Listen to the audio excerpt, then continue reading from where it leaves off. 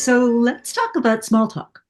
Ah, I mean, one of the things that I would argue in a lot of the work that I do has to do with the innovation process. I've also recently gotten into doing a lot of work on how we can create, advancement for underrepresented groups. And one of the things that I find is people get so what's the right word? They're just anxious and upset and just not happy to be in networking situations. And yet we know, so much of your success in life is explained by who you know, who knows of you, who knows what you know, and so forth. And so you got one of the other things I really like about the book is you got the structure in the front, which is the six principles you talked about. But then you got these specific situations, and small talk is one of them. So maybe give our listeners some suggestions on how they can, make small talk fun. yeah, absolutely. And I am so impressed with the work you do, especially around bringing unrepresented or typically unrepresented voices to the table. So congratulations on that. It's so important.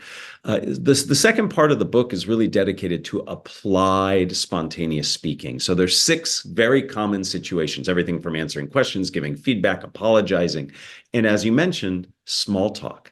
And I am on a personal mission to rebrand small talk.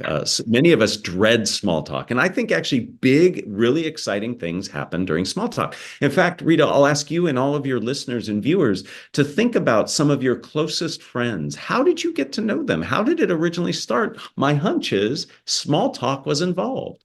And yet we tend not to think about that when we go to a social event or a work mixer. We don't remember that, hey, a lot of good things happen. So we all need to remind ourselves that big things can happen during small talk. One of the biggest challenges for small talk is that we put a lot of pressure on ourselves to be amazingly interesting and engaging. And on my podcast, Think Fast, Talk Smart, I get to interview amazing people. Yourself, you would be a wonderful guest, Rita. And I interviewed a woman named Rachel Greenwald, and she is a professional matchmaker as well as an academic. Talk about an interesting background. And she shared something with me that really just totally switched the way I personally see small talk. And I think all of us should look at it. And essentially, she says the goal of small talk is not to be interesting, but rather interested. So it's about being interested, not interesting, which means curiosity is the key.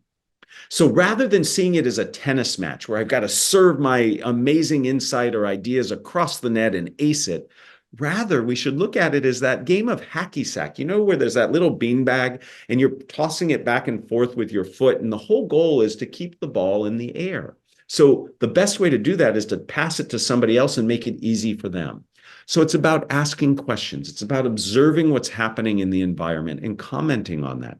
And when you do that, two things happen. One, you take the pressure off yourself and you make it easier for the other person to join in. So that mindset shift of being interested versus interesting is critical to it. The second part is the second challenging part is how do you start these things and how do you get out of them? So again, observation, questions, that's the best way to start. Getting out of small talk. Many of us dread getting into it because we don't know how to get out of it. And we rely on our biology. We say things like, oh, I'm thirsty, I'm hungry, I have to go to the bathroom. Rachel provided another wonderful tool. She calls it the white flag approach. And not because white flag, I surrender, but in auto racing, the white flag signals the last lap.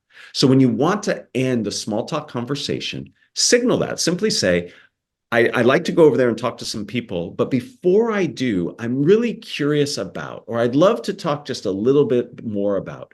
So you signal you want to leave, so it's not surprising. You give the other person time to prepare to leave as well.